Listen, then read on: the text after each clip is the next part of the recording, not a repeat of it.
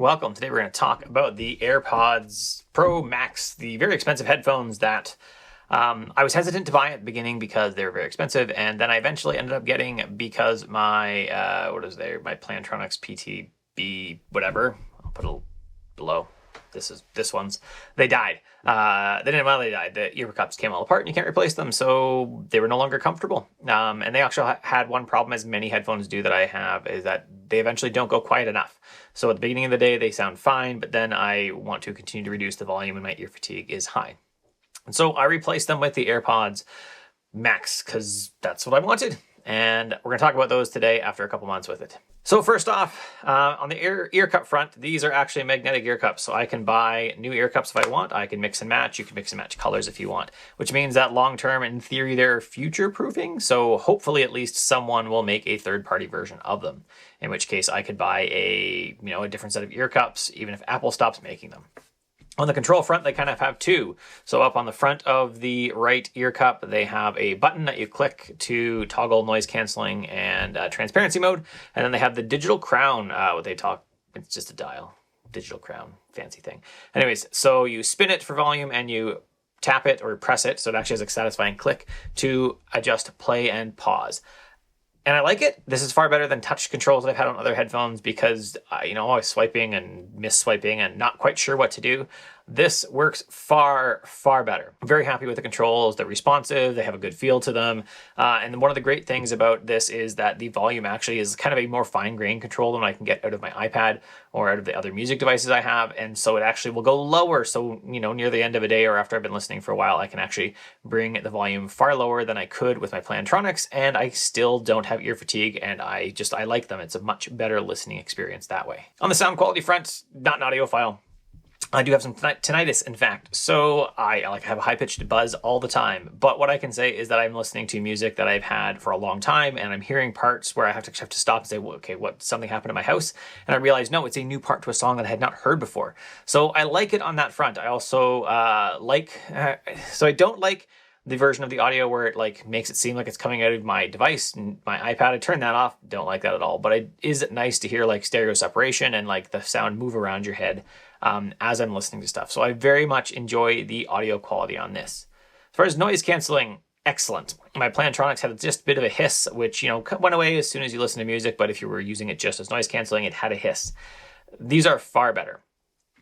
They're quiet. There's no pressure when you turn on noise canceling. They just work. They cancel out the noise without any type of other adverse effects that you get with some noise canceling headphones. So double thumbs up on that. As far as transparency, I honestly never use it.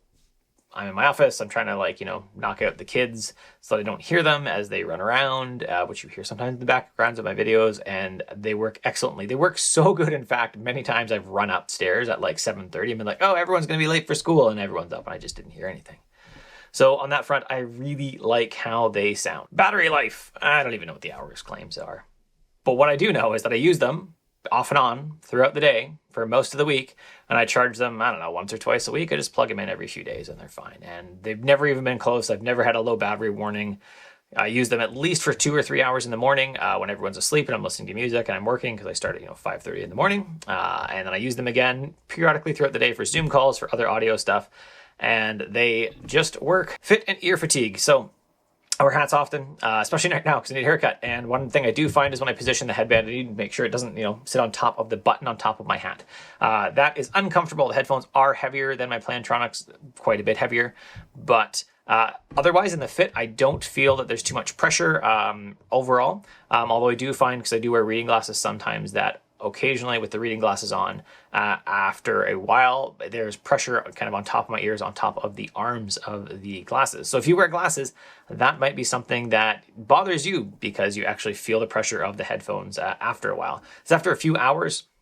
So it depends on your listening habits. If it's just an hour, you might be okay, depending on how sensitive you are and how thick your arms of your glasses are. Now, final question, should you buy the AirPods Max? They're $7.99 Canadian, $4.79 US.